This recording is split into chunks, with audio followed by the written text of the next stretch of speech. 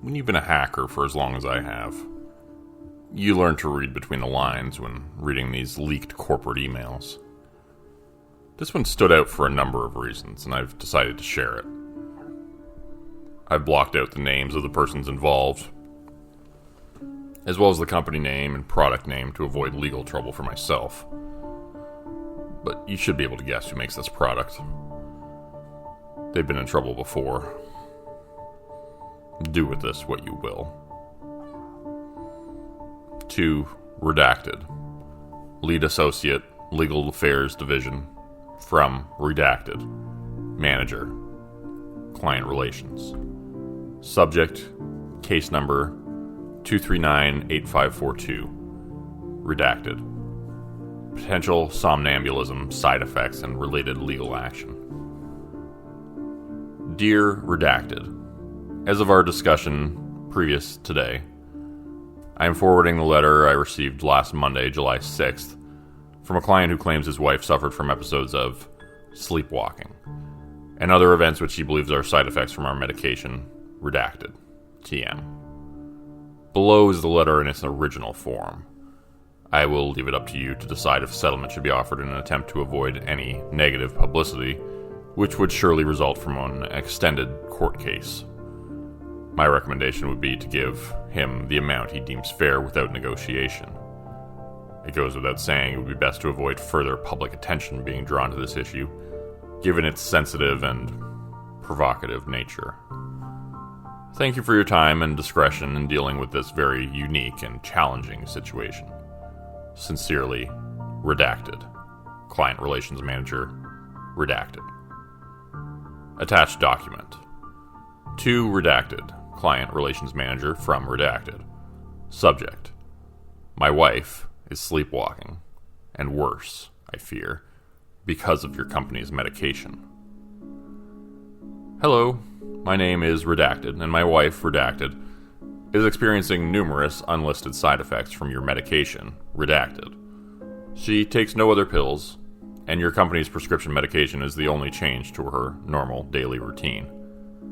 For a bit of background, my wife has had trouble sleeping for years. She began having trouble falling asleep, and about 10 years ago started staying awake later and later, watching TV on our couch in our living room until she eventually dozed off. After that, she began waking up earlier and earlier in the wee hours of the morning. Eventually, she barely slept at all. She started nodding off during the day in the middle of conversations. She almost fell asleep driving once, and I had to tell her she should stop operating the vehicle until she could get her insomnia under control. She tried numerous medications, but nothing worked properly. Either it was ineffective, or she wouldn't fall asleep, or it was too effective, and she became a walking zombie the next day. After trying numerous combinations and alternatives, she gave up on everything and lost hope. She became depressed and started losing bits and pieces of herself. She stopped eating. She stopped going outside, stopped enjoying life. Then we saw the ad for your product on TV. Redacted.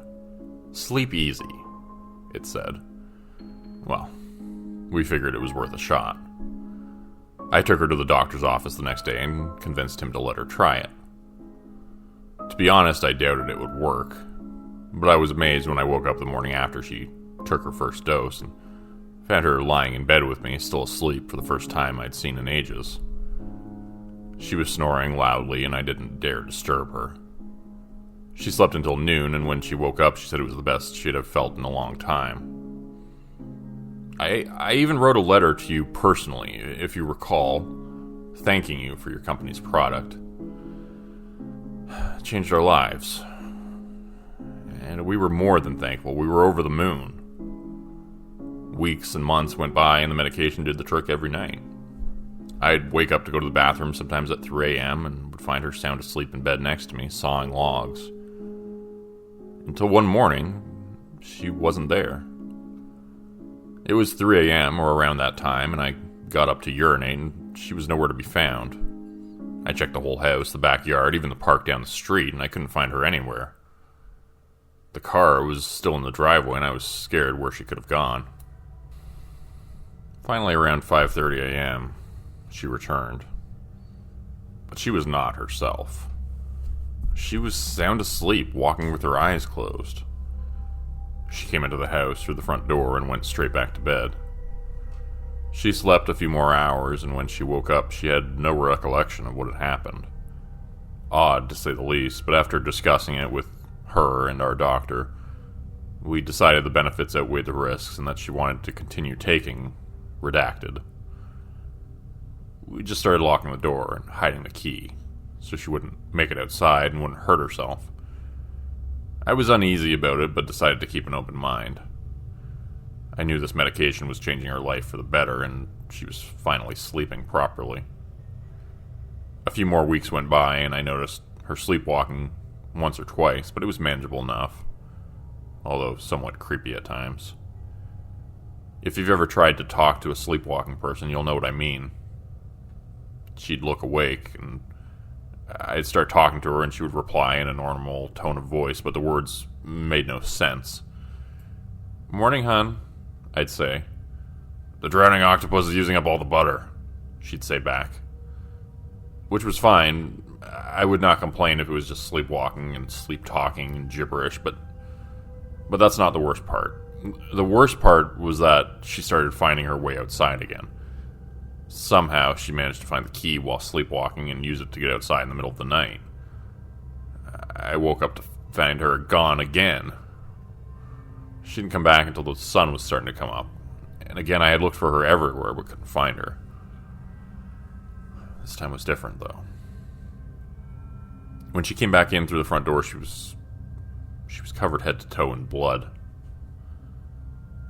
It was mostly dry, but some was still wet and left sticky red marks on the floor where she walked. Of course, I was terrified when I saw that blood. What the hell had she been doing, I wondered. I woke her up gently, afraid of her reaction when she saw the gore. I managed to wake her up, and she saw all that blood, and she screamed, and I was scared she was having a breakdown. She had a terrible nightmare, she told me. She had been fighting an attacker without a face. A shadowy figure made of darkness who lunged at her from the shadows without warning. She said in her dream she had a knife. She fought the man off with it until he finally retreated, stumbling away with blood pouring from his wounds. A knife was missing from her kitchen. A very large knife. I hated to do it, but I had to call the police. If there was someone out there hurt or dying after a run-in with my sleepwalking wife, they clearly needed help. I wouldn't have been able to live with myself if I hadn't at least tried to do the right thing. I imagined an old woman lying on a street corner, bloodied and beaten and on the verge of death. The supposed attacker from my wife's dream. The police were next to useless. They asked a bunch of questions and decided, without even bothering to test the blood, that she had just murdered a possum or a raccoon. My wife was relieved, so we didn't argue with them, just assumed they had some eyewitness account or some other information they weren't telling us. We were scared of what could have happened, but quietly relieved at the police explanation. Perhaps that was all that had happened after all, we told each other. Another week went by without incident, and then it happened again. And again. And again. And the police weren't even interested in coming out to check after the first time. They just looked at the lazy first cop's notes and used the same excuse. "You're just murdering wild animals in your sleep, ma'am. Nothing to worry about. Go back to bed." But they refused to acknowledge the possibility of something much more sinister happening. Our town, it has a lot of homeless folks, you see, and suddenly I was noticing that there were fewer and fewer of them. For a while, they were at pretty much every stoplight, panhandling. But soon enough, I was hardly seeing any homeless people. The ones that were left, well, they looked wide-eyed and full of fear. My wife was always complaining about them coming up to the car and hassling us. But I knew she wasn't capable of... Well, I won't say it, but You know what I'm getting at. She's not a psychopath, so I knew if she had done something, it was surely not a conscious decision on her part. I decided to try something. I pretended to go to sleep next to her one night, but forced myself to stay awake. When I heard her begin to snore, I got up quietly and made myself a coffee. I wanted to watch her make one of her sleepwalking trips on the town. I had to see it. I had to know who the hell's blood was it going to be this time. I drove downtown, parked the car when I saw a homeless man. There weren't many left, to be honest, so I took a gamble and hoped I was right, but also hoped I wasn't. That seemed less and less likely every passing night, though. The homeless man didn't see me as I sat watching him. I waited and waited. Almost fell asleep a few times, but managed to keep my eyes open with several hard slaps to the face. Finally, I saw her. My wife was ambling up the street toward us. A giant butcher's cleaver was clenched in her fist. Her eyes appeared partially open, but I could tell she was asleep. She had that look on her face that I had seen before. The man didn't see her because he was asleep. I jumped out of the car and hurried over to him, shouting at him to wake up, but he didn't. My wife got there just before I could. She swung the cleaver and took off the top of the man's head with one motion. The heavy cleaver made a loud metallic clang as it hit the brick wall behind him and sparks flew. He just sat there with his brain exposed and looked up at me. He gurgled and drooled and blood began to pour from his eyes. And he collapsed on the sidewalk, still breathing, but not for much longer. "Honey, wake up! Wake up!" I screamed at her. I was afraid to go near her with that look on her face. Her eyes were half closed, and all I could see were the whites peeking out from underneath. Drool poured from her open mouth, and she turned to grin at me, an evil, terrible grin. "The parasites are flying away like milk jugs make me happy-faced lemon cakes," she said, now covered in blood. I took my phone out to call the police. She wasn't waking up, and I was scared to go near her. She looked at me with her blank eyes as I took out the phone and began to dial. Her brow furrowed, and she suddenly looked angry. "Does these deer make me rumpled flicker?" she said, walking towards me. The bloody cleaver gripped tightly in her hand. Her face looking madder by the second. Before I realized what she was doing, she swung the blade and cut my hand holding the phone. She cut it clean off my wrist. I screamed, terrified, as she swung it again, this time at my head. I ran from her, clutching my wrist and watching as blood shot out the place where my hand used to be. I ran as fast as I could and turned to look back to see her fast on my heels, chasing me. She was gaining, running, quick as a wild animal as spittle flew from her mouth, and she screamed nonsense at me. "Flagging rat lumberjack fox!" she screamed and threw the blade at me clumsily. I yelled out and fell down, wailing in pain as the blade hit the back of my leg. I writhed on the ground and looked up at her, horrified, as she stood over me. She blankly looked down at me and brought her boot down on my face, stomping it with her heel again and again until I blacked out. I woke up in the hospital with a missing hand. Also missing several other body parts. Nobody believed my story. Fucking nobody. They said I had a mental break and had tried to kill myself after cutting off my own hand.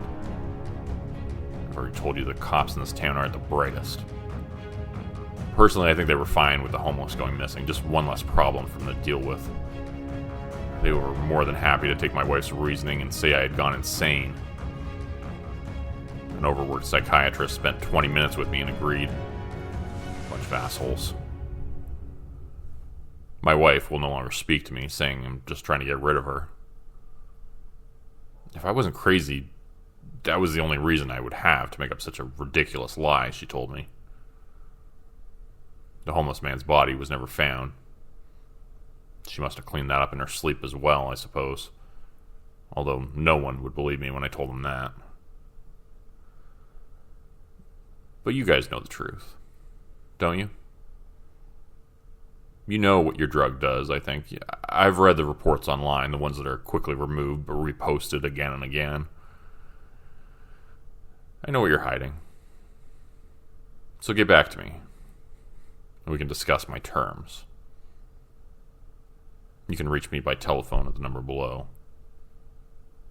Redacted. I understand it's a lot of money, but I also know that your company has deep pockets. If you decide to refuse, I will take this story to the press. Don't test me on that. You've ruined my life, and I am more than happy to ruin yours.